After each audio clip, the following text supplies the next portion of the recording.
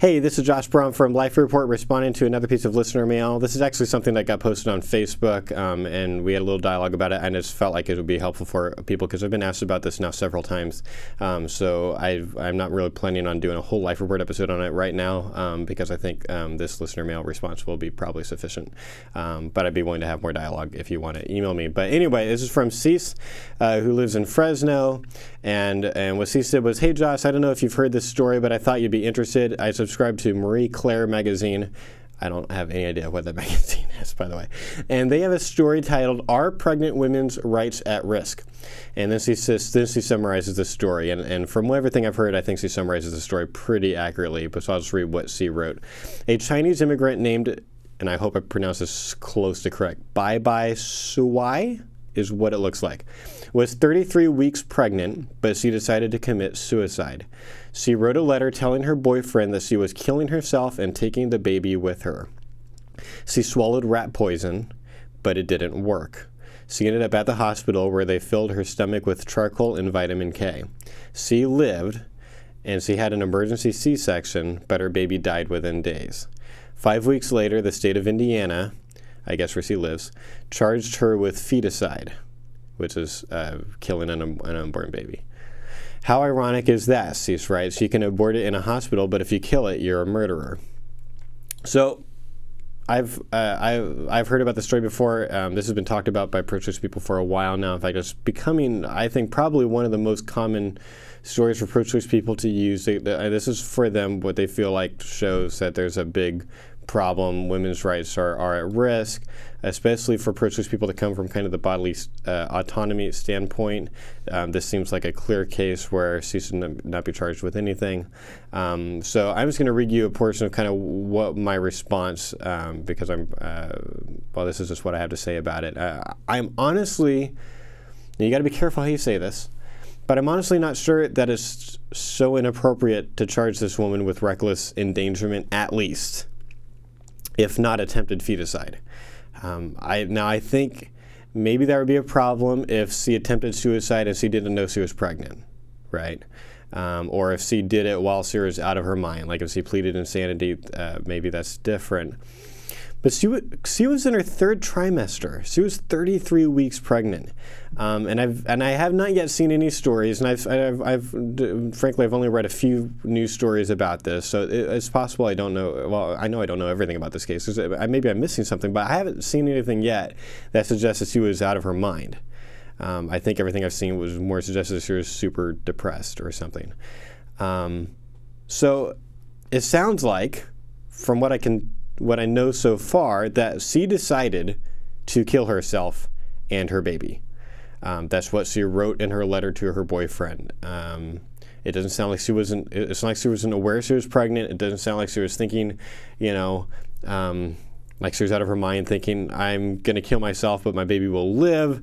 No, she decided she was going to kill herself and her baby, and so that's what she wrote in her suicide note. This is a baby that would have definitely survived. If she had gone to a hospital and said, "I want a C-section," and I don't know exactly what reasons you have to give to get a C-section, but I know that in America, this is not that uncommon for people to have C-sections for even cosmetic reasons, or there are people that have C-sections because they want their baby to have a certain birthday. Now, I don't know if all hospitals will do it, but I know some will, because this is talked about, like right now in the medical community. This is one of those things that's debated, kind of like one of those ethical medical debates, like should we allow women to have a C-section for kind of non-medical reasons? But it happens, okay? So she could have had a C-section, her baby would have lived. There's not a question. Like right now, basically the situation on preemies is there have been a few 22-week babies that have lived, like 22-week 5-day babies, basically. 23-week babies, you have a shot at living. Your percentages are low, but it happens. 26-week babies pretty much live every time, by the way I understand it. Now they're kind of, that's like the lowest where you can have some reasonable certainty that they're going to make it. And this is based on what my friends that are like nurses have told me. So I'm open to being corrected on this, but this is my understanding. And then obviously the later it goes, the better off for the baby. Their development of their lungs is kind of one of the main factors here. And so 33 weeks, like, I don't think it would have been a problem to care for this child and transfer that care to someone else if she ended up, I mean, tragically deciding to commit suicide later. So all that to say, like, okay, so then I try to think of an analogy, of a comparison. So it sounds like this is analogous to me. Assuming that the unborn is a full human being, okay, I'm, you know, don't call me, I'm begging the question. I'm saying my argument assumes, okay, that the unborn is a full human being, and I've made that case many times before. So if I'm wrong on that, then my entire analogy is out the window, okay? So grant, for the sake of discussion, the unborn is a full human being like you and me. Then I think a good analogy would be a super depressed, suicidal mother who decides she's going to commit suicide and take her kid with her, but her kid's like a year old. So I'm trotting out a toddler, if you're a Scott Klusendorf fan. And you've heard us use that phrase before. And she decides, and it's like, this is not like it's never been done before. She straps her child into the car seat in the car, and then she gets in the car herself and drives into a lake, intending to kill both herself and her child that's strapped into this car seat. But let's suppose that someone else sees it. I don't know exactly what the story with Bei Bei is, like how she ended up at the hospital and not dead, but you know, the analogy would be someone sees this happening from afar, runs over, and is able to rescue the mother. You know, gets to the mother first, yanks her out of the car, and she lives, but did not have enough time to get to the child, and the child dies in this process. Or maybe even a better analogy, since the baby at least was born before it died, you could say the person got the child out of the car, but the child had drunk so much water, lake water, that the child does not live through the experience. Like, they get it to the hospital, they do CPR and all the different things that happen, but they're unsuccessful, right? I think that mother would be charged with something, okay? I think she would be charged, and I don't know exactly what that would be, but it probably wouldn't just be reckless endangerment. I'm not a lawyer. I don't know exactly how that would play out, but she would be charged with something, even though the story is super tragic.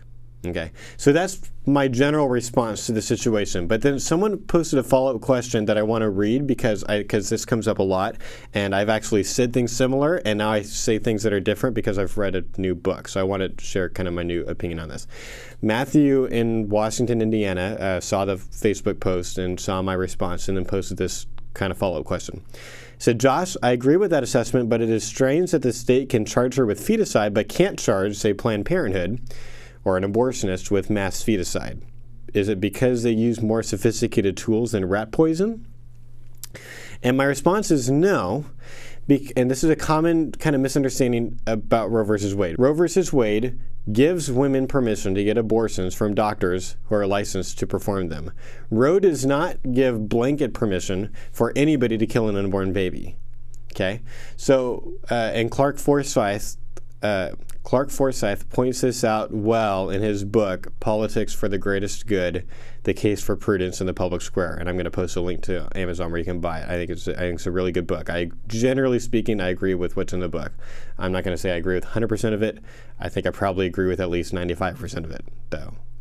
And so he explains in this book kind of how Roe works and why there's not really this confusion between the cases of Roe versus Wade and then the Laci Peterson Law. And we say this all the time, like, they don't make sense. And I've said that many times publicly. And I don't say that anymore because I'm not sure there actually is that much confusion between the two. There's confusion if you have a really superficial understanding of both laws, which I did, right?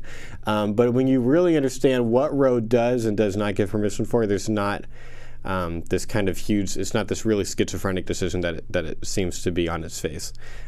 So once again, I would get Politics for the Greatest Good, The Case for Prudence in the Public Square. It's a really good book. Clark Forsyth, he works for Americans United for Life, if you want to understand that decision better. Thanks a lot.